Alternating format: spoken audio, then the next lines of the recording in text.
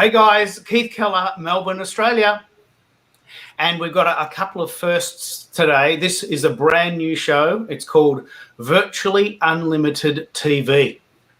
And the reason why I'm inspired by this is because I think you can probably do virtually anything online. So I'm a bit of a play on words there. Virtually Unlimited TV.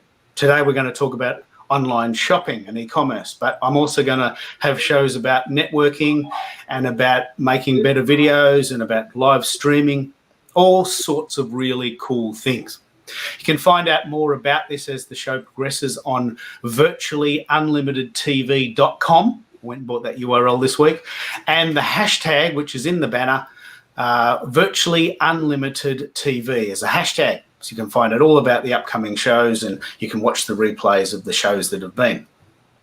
The other really exciting thing, it's really, really exciting for me, is that I finally got LinkedIn Live, which means this show is now going live to YouTube, to LinkedIn, and to Periscope via Twitter. So please let me know where you are on the internet, which show you're watching it on. You can watch it on LinkedIn, you can watch it on YouTube, you can watch it on Periscope. And I'm very, very excited that just extends the reach of the show itself. So today's show is how to create excellent online customer experiences. How do we do that? I've got a couple of really, really, really cool guests. And we're going to have a couple of questions about customer experience. We'll work you through these as the show progresses, but let me get to the guests because I'm very, very excited. Katrin Langley is calling in from Tampa, Florida, which is nowhere near Melbourne, Florida. Nowhere near it. No, it's not. But I've got someone from Melbourne, Australia, Aileen Day. So look at it. We got I'm in Melbourne and Eileen's in Melbourne too. We've never met, but that doesn't matter. We're in lockdown. We will eventually get some breakfast together one day, and in the future. Yes. And Katrin's calling in from Tampa, Florida. So this is a very lovely free-form arrangement. We're using a site called StreamYard. It's a lot of fun. I'm moving the people around as they talk, and maybe it's a little bit like being at the show on a ride, but the point is it's not boring. So I want to start with Katrin because it's late there. Tell us a little bit about what you're doing there, but let's get to this question. How do you define the customer experience? Well, the customer experience, I see it as the entire customer journey, starting from the first touch point when the customer engages with a brand and throughout their experience with the whole journey of being with the brand. When it comes to e-commerce, it's buying online, it's discovering what they want online, it's the purchase, the checkout, it's what if you're having trouble and you're calling customer service, it's engaging with them on social media. All of those pieces make a part of customer experience. Okay. And what about you, Aileen with an A? What do you think the word customer experience means? I think ultimately what Katrin said, but I would probably go even further than that and say the customer experience ultimately starts before the customer even knows they're about to engage with you. It's from that initial need that arises in their life. They have a problem that they need to resolve, and that experience really and ultimately starts from there. So if you're an e-commerce organization, you need to ensure that your customers can find you before they even know they need you, and that you're accessible and easy to use. And even I love the part about the support factor. So many times we forget that the customer experience reaches outside of just that initial purchase. It goes to how you're supported with that purchase as well. But in my eyes, it even goes even further than that. How many times we've purchased something, we no longer use it, but we still talk about it. It's still an ongoing experience for us in our consumer lives. That's a brilliant definition. So we've talked here about the customer experience, and I I love that you've mapped it over the customer journey, because for me, the customer experience goes well before someone's given you some money. You know, they're discovering you in a field of competitors. I can buy 6 different brands of mobile phones. There's 6 Thai restaurants within walking distance of my house. There's 8 petrol station brands. There's 3 supermarket brands. You know, I am the choice. I can choose which brand do I go to Woolworths? Do I go to Coles? Do I get my petrol at BP, or do I go to Shell? Do I have Thai? Do I have Indian? Do I have Vietnamese tonight? That's my journey. I'm the customer. So the customer experience starts with a decision. But what I really want to know is, how does customer service or the customer experience differ from that, you know, the good old customer service ethos we've been told many, many times? It's more than that, but how does it differ? Katrin, you want to start? So customer service is really just the interaction with the customer and how they feel about that interaction. And it's only a small part of the entire customer experience, because just because I interact with the e-commerce brand at this one point doesn't mean it's the end of my customer journey. There's more to come to it. And it's how I feel about the experience and whether I come back, and building that brand loyalty through the experience. The service is one part, but it does play a big role in the customer experience, because it does ultimately decide if you're going to be happy or unhappy with your brand experience overall. Okay, and what do you think, Aileen? The idea of the customer service comes secondary to people buying things, but it's an ongoing journey. Once the customer is committed to buying food at Woolworths, or using BP for their petrol, or choosing a particular Thai restaurant, the customer service then kicks in. But how do you define the difference between customer service and customer experience? Because today's show is really about the customer experience.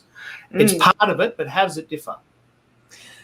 It is such a massive part of it, but the reality is, and this is what I ultimately spend so much of my time deciphering and educating businesses on.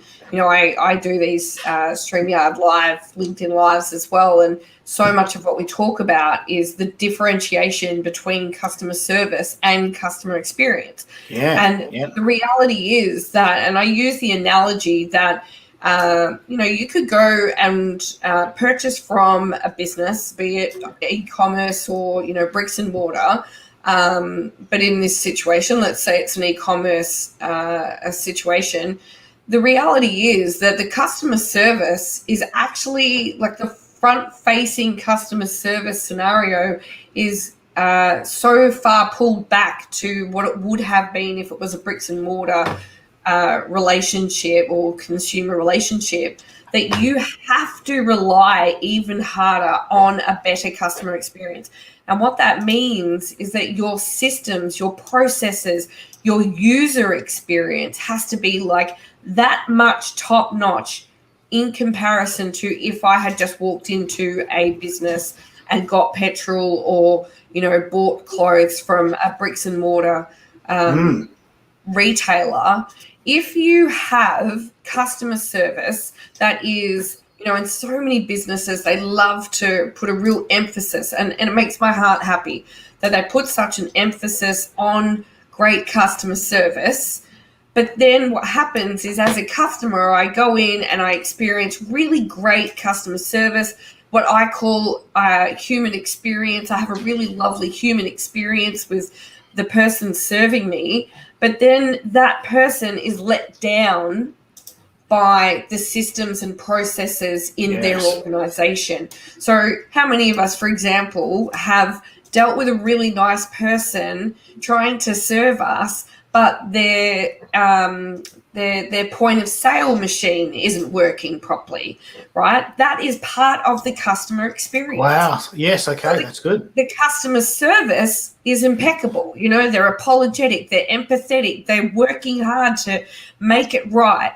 But the customer experience is still depreciated by the fact that the systems and processes and everything in the background isn't supporting that customer service experience. So that's the difference. They both need to be on par, if not impeccable, to create that loyalty-driven customer experience. Well, let me pick up on a couple of things you said there.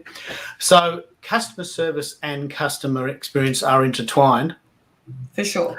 But if you and I've been in this position on both sides because I'm quite a good people person. I've delivered exceptional customer service, and then the system falls down while I'm on the phone to someone, and I'm thinking, actually, that's on me now. I feel really embarrassed. I've done everything. I'm going out of my way. And then suddenly the system falls down, or, as you said, you can't get into FPOS because you really want to buy this thing, but the machine won't work. Yeah. So it's got to be a balance. And today's show is about online customer experiences. I want to just briefly talk about the difference. You've actually said that a bricks and mortar shop would have a totally different experience to an online store. Can we just drill down a bit more onto that and tell me what you mean by that? What I mean by that is, in an e-commerce purchasing scenario, I don't necessarily have the team members, or in the US they might call them associates, in my periphery. It's mostly a self-serve, self-research, self-maintained journey, and it has to be one that is basically easy to navigate. Whereas if I go into a business that is a bricks and mortar business, generally speaking, there is a human in my periphery who, if I get stuck, can be called upon to help me in my service needs. But you don't have that necessarily. I know in e-commerce, a lot of us are getting on board with bots and live chat and stuff like that. But so many of those AI factors are just not the same as having nowhere near it. They're not close. Not even close, are they? Right. And I love the initiative and the attempt, but it's not there yet, right? They're not taking over the human race just yet. But what that basically means is that your e-commerce business has to be that step above, again, for me to not get frustrated with the fact that there's not a human being ready and able to help me. I think that I was going to ask you, Katrin, jump in there, and I'd love to hear your thoughts on this. Sure. The AI, the bots and so forth do still have their place depending on who the customer is and what kind of journey that they're looking for. And I think one of the imperative things that e-commerce companies need to do is understand the channel and the journey that each customer wants. And the AI follows suit with people who are more do it themselves and want to get in there and get out. They don't want to talk to a person. They don't want to have a long phone conversation, have to wait on hold. They just want to find out through maybe an FAQ or a quick answer where their order is, or an update on the delivery status, or how much something costs that they can't get a hold of. And that's where those bots really start to have their hold in the e-commerce world. And on the other side, you have those that are looking, that want that human touch. And you see a lot of e-commerce brands lately are doing their live shows now online. I know I love going into a shop and being able to touch and feel the fabric and hold the color up against me, or see the size against my body, which I can't do when I shop online. But those who are doing the live shows now, and a lot of brands give you a closer ability to do that. They can explain to you what the fabric feels like in their hands, whether it's silky or soft or stiff.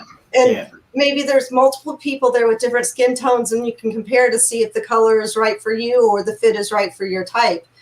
So looking at the customer experiences, we all want something a little bit different. So brands have to figure out that what kind of customer is attracted to them to know what they should offer back in return. Brilliant. Yeah, I love that. Absolutely. And I think the brands that are being agile in the way that they deliver what would have been a traditional service, like back in the day, you'd walk into a shop and you'd have the salesperson helping you with the fit and, if that's your style, and giving you feedback and whatnot. And now some brands have started to realize, actually, I've got a colleague of mine who owns 3 clothing retailers, but she, in the Melbourne lockdown, which if you're in Australia, we're on our 5th one now. She has had to become quite agile, and she too, like you've said, Katrin, has gone into doing live broadcasts to explain the clothes, to help people understand, what they're purchasing, rather than just becoming apathetic and going, oh, I can't see it, I can't touch it, I can't feel it, I'm not buying it. So I think the businesses that are doing that, like you said, they're working towards understanding their customer journey so much better than those who aren't.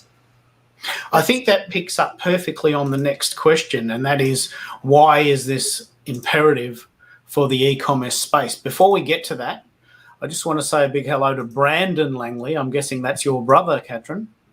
That would be my son. Your son. Your son. Wow, a big hello. And he's at his YouTube channel, Sheltering. So is that a bit of slang there maybe? But anyway, big hello to Brandon, who's listening live. And this is exactly what we're talking about. I'm in Melbourne, Australia. We've got a mate of mine from Melbourne, but also someone from Tampa. We're talking about a topic in our respective houses, and we're sharing this information with the world.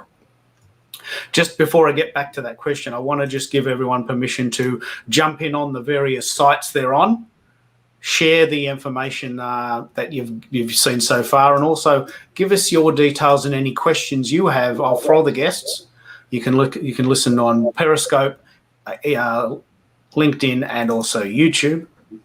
But let's get back to the questions, and that is, this is the one I really, really want to know about. Why are we in a time in our lives here, 2021, Melbourne's in its 5th lockdown? Why is e-commerce an imperative now, even for bricks and mortar brands?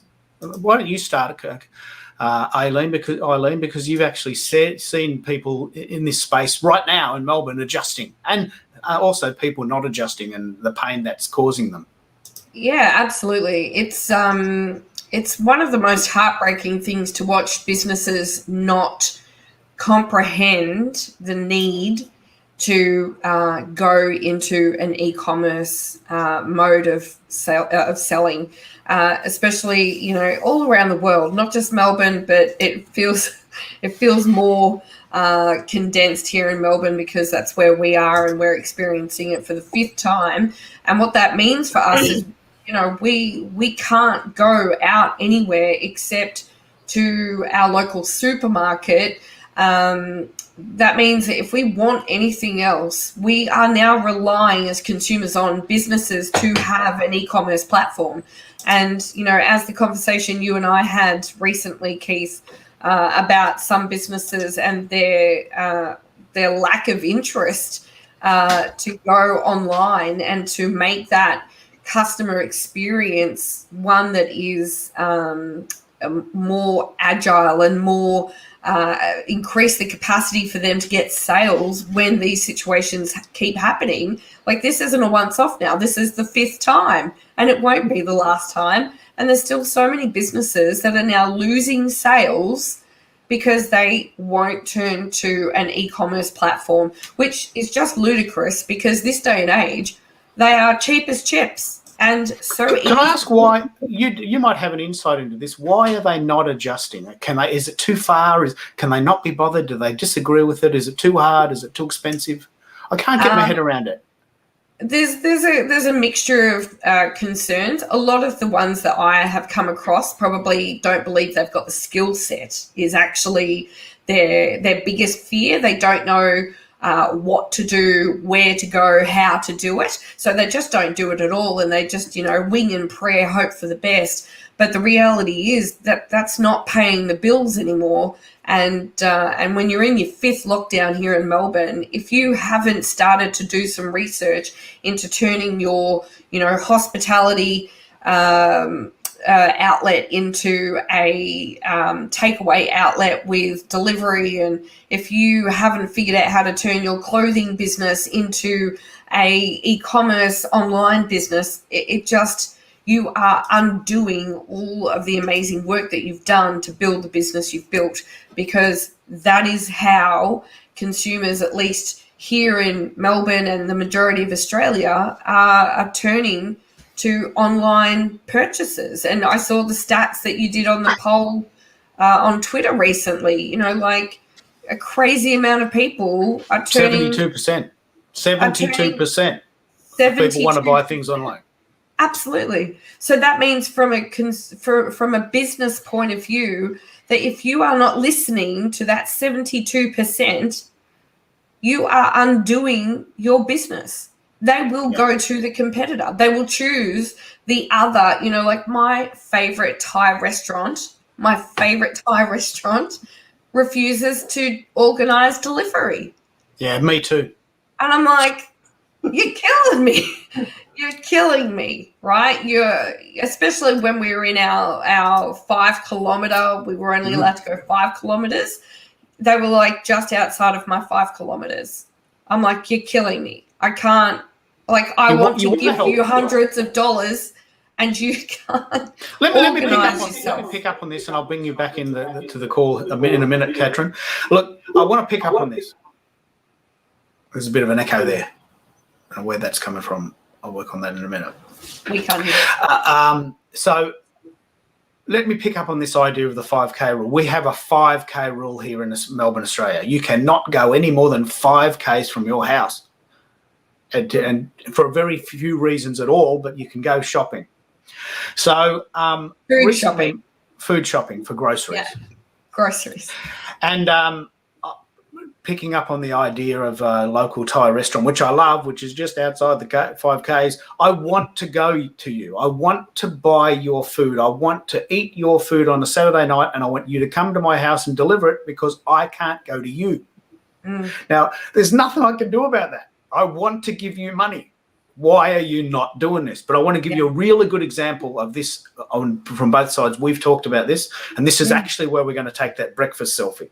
Yes. When we can eventually do it. There is a very, very cool hotel, overlooks the water, 5 minutes from my house. We used to go there every Saturday for breakfast and just chill out. It's called the Bridge Hotel because it's on the bridge near the river. And during lockdown, we said, okay, what's the deal? Oh, well, you just turn up. Well, how long's the wait? Oh, about 45 minutes, if you can get in at all. And I said, what, you want me to turn up and wait in line in the rain to have breakfast and maybe not even get in because the line's too big or you're too busy? I mean, give me some certainty. I want to give you money. I want to give you some money. I want to go to your place I know you're struggling. I want to give you some money and have a meal there. But by coincidence, a new cafe opened 5 minutes from my house in the other direction, and they have an app. Well, actually, they use an app called Open Table. It's not my app. It's not their app. It's an app that exists, opentable.com. Basically, this restaurant and other restaurants pay this company $29 a month for this ability to have an online booking service. They do all the work for $29 a month. They've got all this tech. So I log in. The consumer logs in, says, yep, 9 o'clock on a Saturday. I want to sit inside, and bang, done. And I go, no, due to current rules, you can stay 1 hour. We'll give you a reminder on the day, but you can stay 1 hour. Your table is booked, confirmed. We'll see you on Saturday. The day before, they send me an email to say, you still coming? We got limited numbers. So if you can't come, please do us the favour of telling us because we can give that to someone else. So you get there on a Saturday, you know exactly when you can go, you know exactly when you have to leave. They're ready for you. They've got the table ready and everything's fine, right? And that costs them, the restaurant, $29 a month for that convenience. And guess what? Guess where I'm going for breakfast? Guess where we're going for breakfast? We're going to take a photo of this exact story. Guess where we're going? We're going to this place where we know we can get in. I've had friends of mine walk for 20 minutes to their local restaurant only to find, during lockdown, we're not open, sorry. Man, I just walked 20 minutes in the rain. I'm really hungry and there's nothing else around. What am I going to do now? Walk another 20 minutes home, get in the car, go somewhere else. Really annoying. So, Katrin, with that in mind, do you have some examples, good and bad, of the idea of why businesses aren't adjusting and maybe some examples of when they have and some really good case studies we can bounce off? Well, I think sometimes it's related to the clientele that's coming there, and it could be the ownership. But if you look at the age group of who's really interested in digital services, whether it's booking your reservation online or going to an e-commerce site, it's largely, you think of the younger crowd, but they're also aging up in population. And anyone that's attracting an older crowd might still be relying on the old way of doing things, where people just show up, or people use the phone versus texting or tweeting to get customer service. It's just a different little generational thing. But I think eventually everybody's going to have to kind of move up and be ready to jump into the next stage, or they are going to fade away. I don't have an example, other than just people aren't ready for the technology. And maybe their business can sustain for a while on that little niche of people that like to just go and sit and socialize while they wait outside the restaurant and get in to eat. Although, little different scenario where you are versus where I am, because we're all open and we can go to restaurants and so forth. But there are a lot of them that I still can't do call ahead seating on, or they're not on my DoorDash or my Uber Eats, and I can't have it delivered to my door because I live out in the country. So they deliver to a small little area, but not to me. So I would still have to drive there and get, what a headache, have to drive, I know. How's your first world problem, isn't it? Yes, exactly what it is. But I think of that when it's 8 o'clock at night and I'm getting done with work and I'm really hungry. I don't feel like driving all the way over, 20 minutes out. I want somebody to bring it to me, even if it takes an hour and costs me an extra $50. I want to deliver it to my door. Well, let me pick up on that. Can I pick up on this? Because the discussion we're having is the customer experience. Now, I want to share the joy. And that's the right word. I want to share the joy that I feel when I order food and someone turns up to my door with a bag. That's an experience. Yes, it is. It doesn't. It cost me $10, which is $10. That's $10 out of my pocket. But I can ring up. It's raining outside. Say it's winter here, so that's actually quite likely. It's raining outside and it's dark. There's a lot of construction going on. There's a lot of sort of ins and outs. My train station's being demolished next week, so we've got lots of obstacles to get around. So I've done this on a Wednesday night. I've gone out in the middle of the night in the rain to get a meal, and I've got home and I'm thinking, by the time I got home, I was sort of over it. But what if? How do you feel when you get your food and it's cold, or they forgot your soy sauce, or it's they gave you steak instead of chicken and you can't get it fixed right away? They either got to give you a credit or maybe they'll bring it again, but it's another hour. So then your customer experience is diminished. And if you think of that other Thai restaurant that doesn't do ordering, they might be afraid that's going to diminish their customer experience overall. I'm very and they want to maintain the integrity of their food and the quality of their food because they know it'll be cold and they know that those mistakes happen. Wow. Yeah, that is a very good point. We have. I hope it's isolated, but we have a predicament around where I live, where people who do use the food delivery services find that they get their food delivered and half eaten. Oh, look, I want to share a story about this. Is a really funny story. Let me share this story because why they don't do it. This picks up on what you're talking about there, Katrin. Our first experience with a brand we have here called Menu Log. I don't know if you have them there, Menu Log. They're like Uber. Like DoorDash. So my wife was studying, and this is well before lockdown. She says, look, well, let's just order some food. We'll try this new thing called Menu Log. Let's try it. So we logged in, ordered our food, and at the exact same moment that we ordered our food, we found out later our next door neighbour ordered food. It's dark outside. A car pulls up and hands me a bag. It's McDonald's. And I'm thinking, I didn't order McDonald's. This guy pulls up in a car outside my house, next door to my next door neighbour, thinking, oh, he's the guy wanting food. It must be him. He hands me this bag.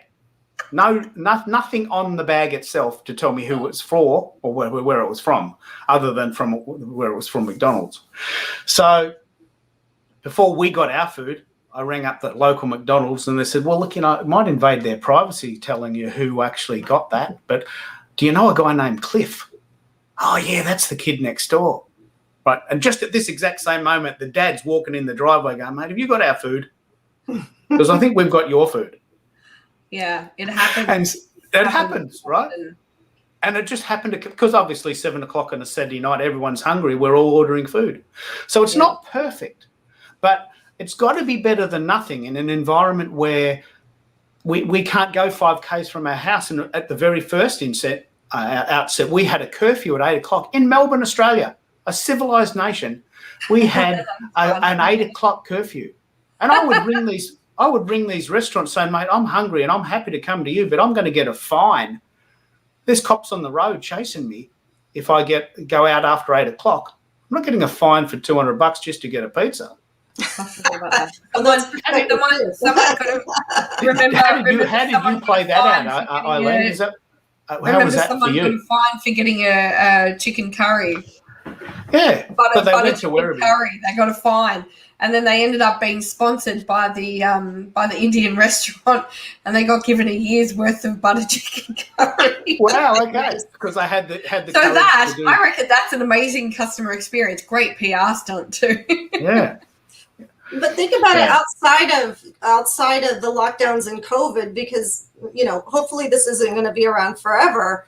How are things going to change after that? Because you won't be in lockdown and you won't be required to only go within 5 kilometers of your own home. You could order from anywhere, or you could walk to anywhere. Do you think that it's going to change the perspective of those restaurants or those retailers that haven't gone online yet to make those things available?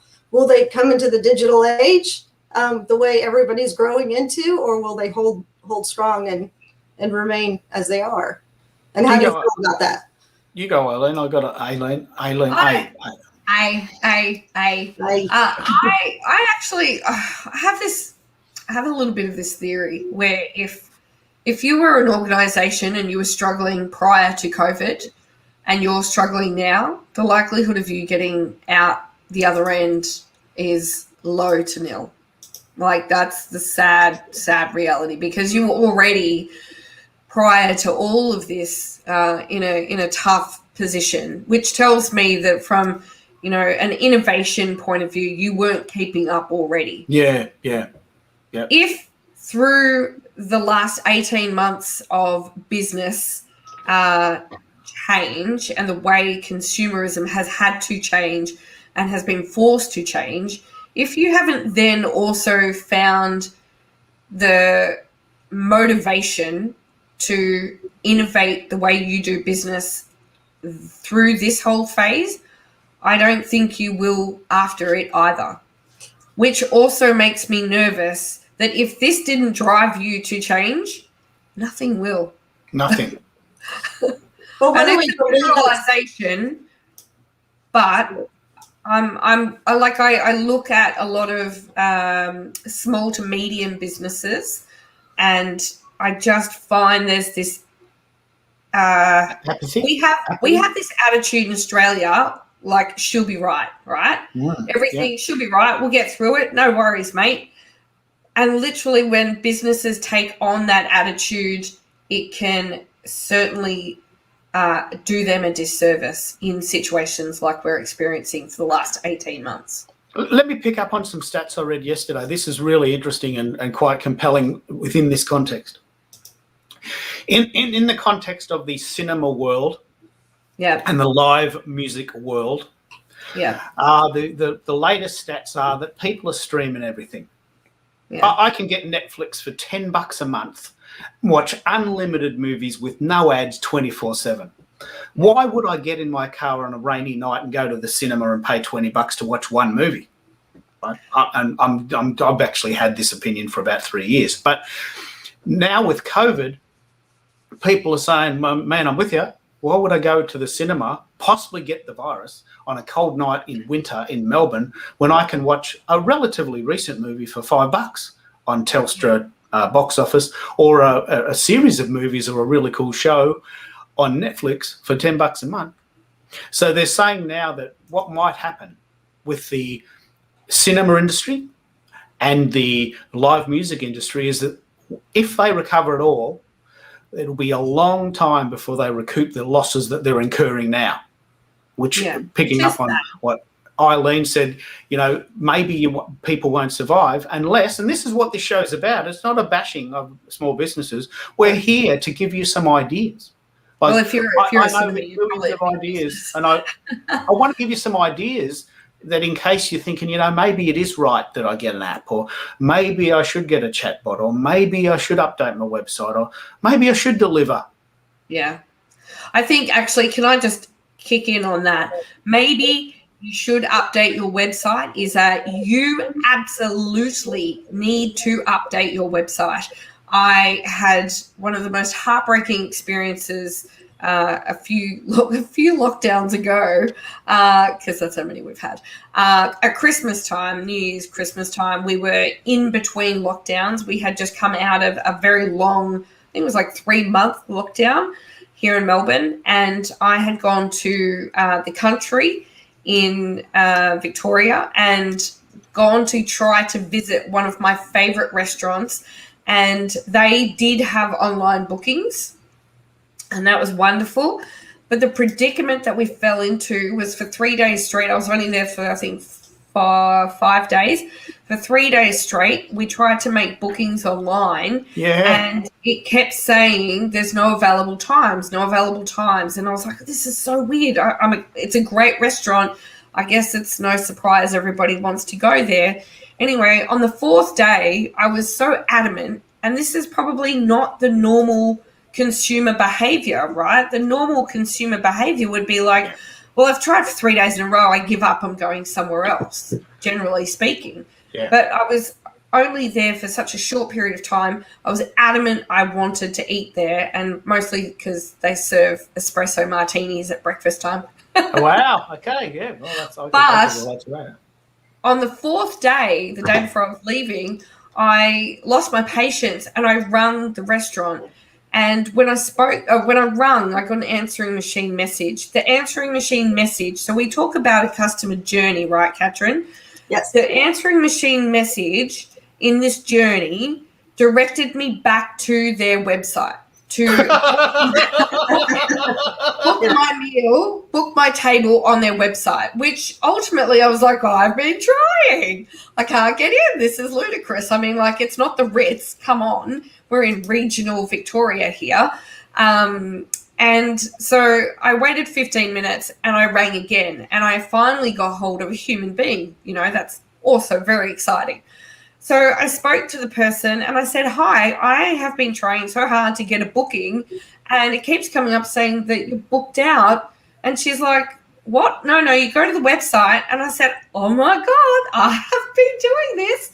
And she said, oh, actually, do you mean for breakfast? And I said, yes, because I love good breakfast, Keith.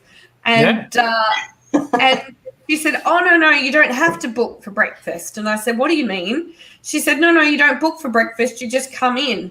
She said, I said, what do you mean you just come in? And she's like, you just come in.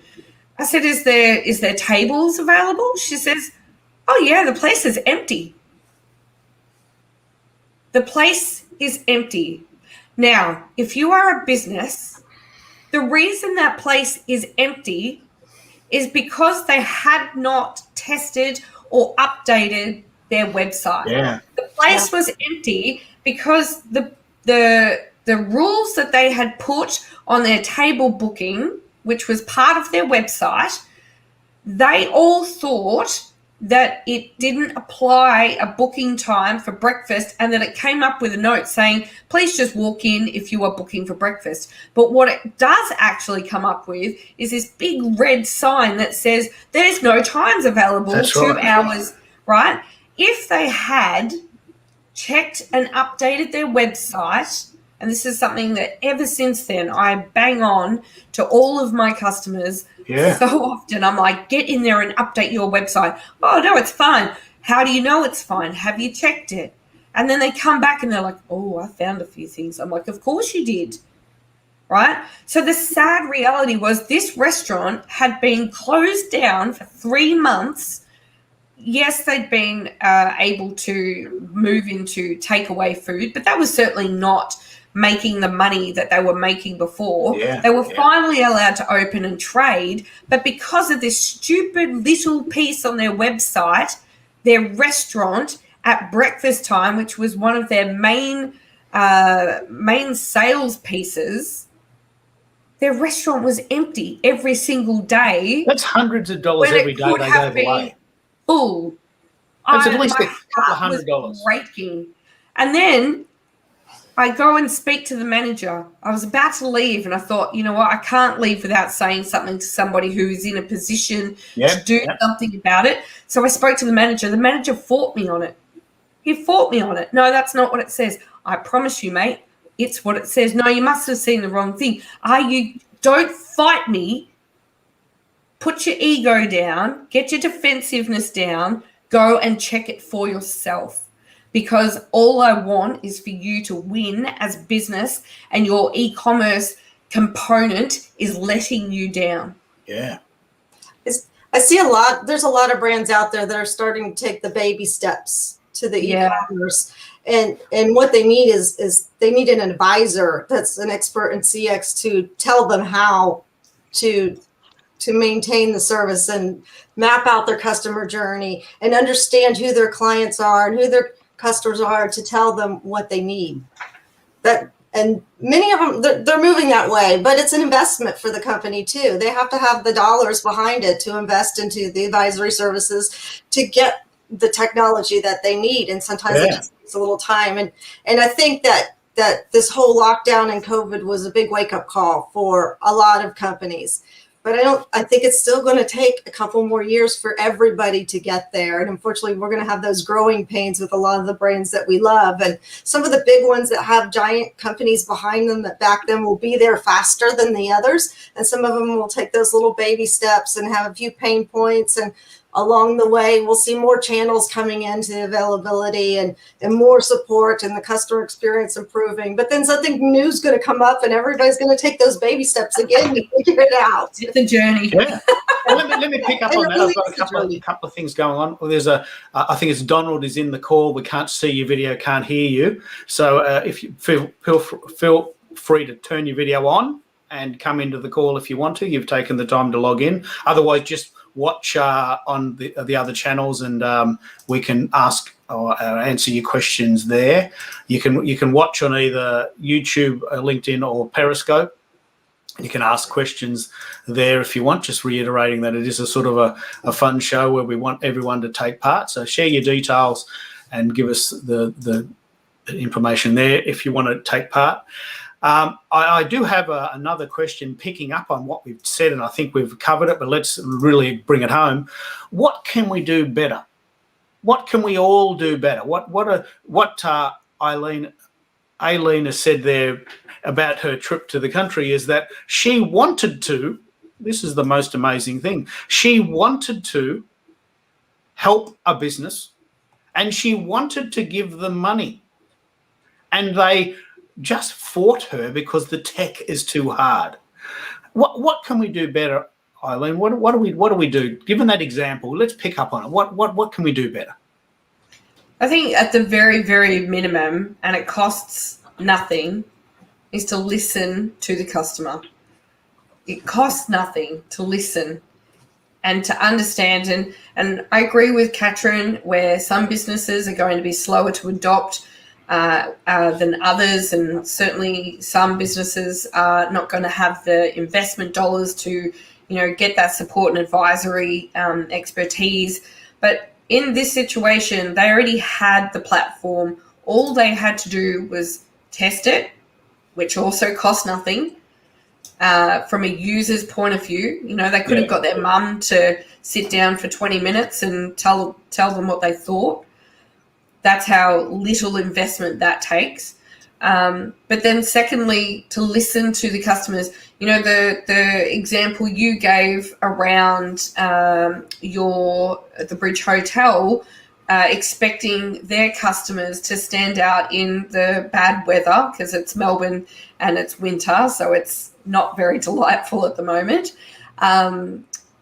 It tells me from my experience, that they're not willing to listen to the customer needs. And I agree, Katrin, we certainly do have different audiences. We have older generations and we have younger generations.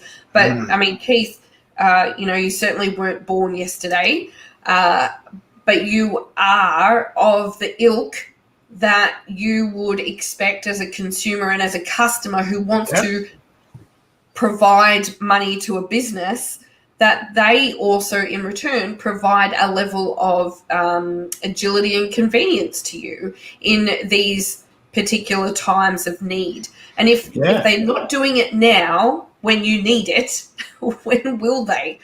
And to me, it disappoints me that they don't feel the need to listen to what their customers are saying. And when you say, well, how do I do that? Do I have to go do surveys? No, literally, when you stand in that queue and you say, what? So you want me to stand here in the rain and I've got no certainty as to whether I can get a table or not? Like, that's customer feedback at its absolute rawest and finest. Yeah. If you've got enough people, or even just one person giving you that feedback, here's another fun stat for you. When I started in customer experience, there was a statistic that basically said that for every one customer who tells you that they're not happy and explains why they're not happy with the experience they had, there were 10 others who just left without saying a word. I don't tell you. Right? Now, that statistic, so I've been playing this game for 10 years now, that statistic is now 1 to 26. Wow. 1 to 26. And that is a global general statistic. So it might be more in one country and it might be less in another. But generally speaking, for every one person who tells you that they are displeased with their experience, there were 26 others who just left without saying a word. So if you can't be bothered listening to that one, you've missed out. Let me pick up on that. The fact that you've gone to the trouble in that regional town to say, can I have a bit of a chat to the manager? Look, mate, I just want to let you know that I, a consumer, have been trying for 3 days to book breakfast, and I had a bit of trouble, and maybe you might want to have a look at that. No, I don't mind if you do. I've got nothing to gain by telling you this, but I love your restaurant and I want you to be busy. And look, there's no one here. And have you thought about that? Most logical people would say, man, thank you so much. Have a year's butter chicken. Thank you so much for going out of your way. You went out on a limb there. You could have just walked straight out. Yeah. Most 25 other people would have just walked straight out. Most 25 other people would have just gone somewhere else. They wouldn't have even picked up the phone to find out why they couldn't make a booking. Yeah, because we're busy. If you look at building your brand loyalty and expanding your customer base, your customer is your best advocate. It's free advertising right there. And brands that aren't taking advantage of that are just really losing out on the best thing they can have, especially with social media and the way things just grow and explode when people post things on Twitter or Yelp or Reddit. It's really important to try to keep your customers happy and following what their needs are. And that's all part of the customer journey, is understanding what their needs are, understanding what channels they like to communicate to you on, and that includes going to your website and booking a reservation, or going to Twitter and saying, I love your product. Pay attention to me. Give me a like. Simple things like that. Build the loyalty and make customers talk about you more, and that's what you want. Is that positive? Let me pick up on this again. I'm going to have breakfast. We can have whatever meal you want, Aileen, whatever meal you want. But let's pick breakfast because they make this amazing chili scramble. And here I am. I'm talking to the world about my local cafe. I mean, you won't get in because they're so busy. But the point is that, I want to talk about this brand because in the exact same moment where me, the consumer, just an average guy on the street, I could have went left for 5 minutes or I could have went right for 5 minutes. They're both equidistant from my house. One place is a 45-minute wait. one place would deliver to my house. I mean, who am I going to choose? Yeah. You know, I'm the consumer and I have the choice. And I'm just one consumer willing to talk about this. 25 other people are just silently going about their business, finding a place that will deliver Thai food to their house. Even if the Thai food's not that good, at least they deliver it. Or it's cold and missing soy sauce. Yeah. So we've all That has had happened, experiences actually. like this. But look, I want to give you guys a chance to wrap up and tell people where they can find you. We've had a good solid 50-minute chat, and a big hello to everyone who's made some comments and been listening on all the different channels. The show itself is about how to create excellent online customer experiences. So take it away, guys, and tell us how we can contact you, how we can find out more about what you're doing there. Katrin? Sure. I think, Keith, you shared my LinkedIn profile and my Twitter profiles. Those are great places to start with, to reach out to me, to see what different types of social media, e-commerce and customer experience things that I'm passionate about. And I'm happy to chat with anybody that's more interested in knowing more about what I know about customer experience and learning the journey. Okay, and that's right, Ailes Day. That's just such a cool Twitter handle. I'm going to punch that into the group call now. And so you've been watching a brand new show I'm starting called Virtually Unlimited TV. It's like driving a racing car, because not only am I talking, which I do love doing, but I'm also driving the show. I'm also trying to get the guests to feature when they're speaking, and then I've got to punch in these really cool comments. So here's Aileen's Twitter handle, fresh from my Periscope account, Ailes Day.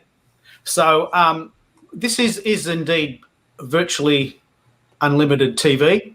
You can see there in the banner that the hashtag is Virtually Unlimited TV as a hashtag, but also as a URL. I got the URL virtuallyunlimitedtv.com. And we're going to have these shows regularly. I'm very proud of what we're doing here. You can now watch the show in 3 different ways, triple the reach, but also it's 3 times harder to do. And I just wanted to thank both Katrin and Aileen for coming on the show. Slightly different versions of how I would have pronounced it myself, so my brain is sort of challenged by that. So I'm going to do a little bit of thank you music, just like CNN. And we'll see you guys in a few weeks. Next week, we've got an event. I'll tell you about that on my Twitter page. And there are indeed some really great Twitter polls on the page that are still live. Have you guys been taking part in those? Have you been watching those develop? I have been. Yes, there have been some really interesting stats coming out of that. Yeah. So all right. So I'm gonna go. I'm gonna let you guys get on with your day. You've been watching Virtually Unlimited TV, and I'm going to now push another button, say thank you, just like you're watching the BBC, and we'll see you later.